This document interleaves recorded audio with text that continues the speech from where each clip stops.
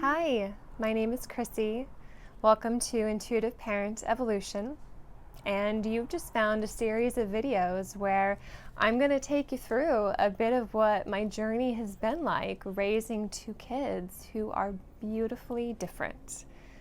Kids who showed up on this world exactly as who they are, walking to the beat of their own drum, their unique sensitivities to emotions, to energies, their unique language challenges, and being able to communicate with words, and how I had to really fall down quite a lot.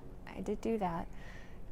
But so I could break away from everything traditional and conventional that wasn't working to find what was.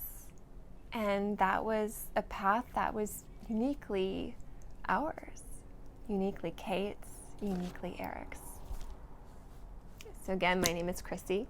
I am an intuitive, I'm a channel, and I'm a bridge for these beautiful children. Children maybe like yours who can't communicate with traditional means. And I'm here to help bridge the world that they're experiencing to this one right here that we're all on together. In this video, I want to talk to you about expectations. I was not expecting the path that I'm on. I remember before I even became a mother, driving past the school up in Issaquah, Washington, going to work and thinking, oh wow, the school's right there. Maybe I can drop Kate off. I didn't know she was going to be Kate, but that was my first daughter. Drop my kids off there, and then I could go and I could do fiction writing, and full time while she's at school. And yeah, that didn't happen. That didn't happen. In fact, most of the stuff in the parenting books didn't quite cover the experiences that I had. My kids both crawled and, walked at the appropriate time range. They did not speak at the appropriate time range. Kate didn't start talking until she was 4, and Eric didn't start until he's 5, and in fact, he's still learning to talk. English is just not, it's not his first language. It's not even his default language. He's kind of like, okay, fine. You're going to make me use words to communicate? You mean you just can't hear me all the time communicate telepathically to you? Because that's what I prefer, Mom. So get on that train. Yeah, those are the kids that I have. So who we are as a family is very different than traditional families, pretty much than most families. I do conscious parenting with them instead of the traditional, authoritative, you do as you're told kind of way that most of us were raised up on. I had to find a new way of how I wanted to actually parent and show up as a parent. We're homeschoolers. That was not in my worldview at the time. Driving past that school, I was fully expecting, yep, they're going to go to that school, and maybe I'll be working here, or I'll be that full-time fiction writer. Yeah, no, we're homeschoolers. And not only that, we're self-directed learners. We're intuitive life learners as well, instead of traditional therapy. Speech therapy, occupational therapy. Nature has been the greatest therapist that my children have ever had or needed, to be frankly honest with you. I only did speech therapy with Kate for about 6 months when she was about 3 years old. And then I quickly realized that wasn't going to help. And I ended up pairing up with a speech pathologist who coached me since, I was home with the kids. I'm with them 24 hours a day. Teach me how to show up and to support them on this language journey. So that's what we did. And we go camping. We go to Disneyland. We go to park days where my kids get to play with children of a variety of ages. And I got to witness them having friends that were like 3 and 4 years younger than them that they connected with, because socially, with their communication, that's where they were at. As opposed to kids that their age, there's always been more of a struggle. Just because emotional intelligence, that they're at the same level. They're not able to necessarily hold space for someone who's different. Or my kids go and play with teenagers. And teenagers have been, in our homeschool community, have been unbelievably supportive and understanding of my kids and who they are. So I kind of wanted to share, yeah, we're pretty darn different. And a lot of the things in these videos that I'm going to talk about, they're not always going to resonate with you, right? Like, you might take this piece here and this piece here, and you're like, the rest of this stuff is crazy. I'm not interested in that. And that's totally fine. Because, again, we're all different. But I wanted to share with you, like, I didn't start out expecting that I would be doing all of those things. That wasn't my expectations at all, in fact. I expected my kids to start talking at 1.5, 2 years old of age, like everyone else around us did. But mine didn't.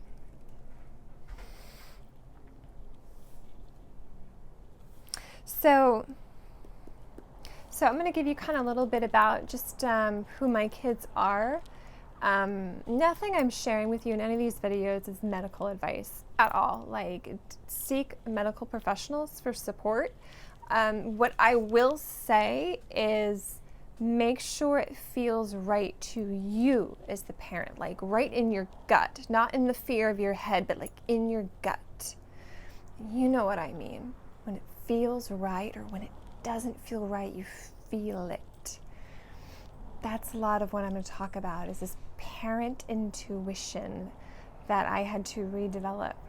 And gosh, I don't even know if redevelop, but just discover that I even had it, and that I had power in it, and that I was a sovereign being as a parent, that I was the expert of my children. Even though these medical professionals have opinions and expertise, but I was the one that had the expertise in my children. So that's, I just want to kind of put that out there for you. So as far as like diagnosis is concerned, Kate has been diagnosed with social pragmatic communication disorder. Gosh, when did we do that? When she was like 5? I think 4 or 5 was when we actually got the official diagnosis for that. And that basically means that she has this language challenge. She also has other challenges with sensitivity, certainly with extreme anxiety, where she's not 100% accurate. Like, she'll shut down. Like, she just like physically can't. It's so stressful. And I'm sure you can imagine learning to talk requires making mistakes and practicing. So it kind of triggered that anxiety in her, and she was just like, no, I'm just not going to do it. Perfectly happy being quiet and silent. And I'm sharing this piece with you about the communication. She had a delay in the speaking of language, which is expressive communication, also in the understanding of communication, which is receptive language. And I'm just kind of like putting this out there, is that when I started this journey, I had no idea that there were so many complexities that could be found with language, different language challenges. You're going to notice in my videos that I don't like the word disorder. I really dislike it. I do not believe that there's something wrong with people. I believe that they can be different. I believe that they can be having needs and need to be supported in their differences. But the word disorder, to me, the energetic feeling of that is that there's something wrong with this individual. And I do not believe there is anything wrong with my children. I believe they are exactly who they are, and that it's beautiful.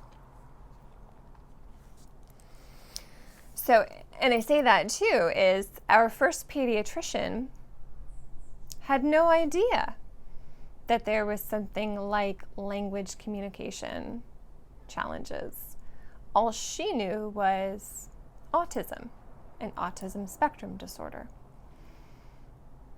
And again, all I'm just saying is that this was all the information that she had.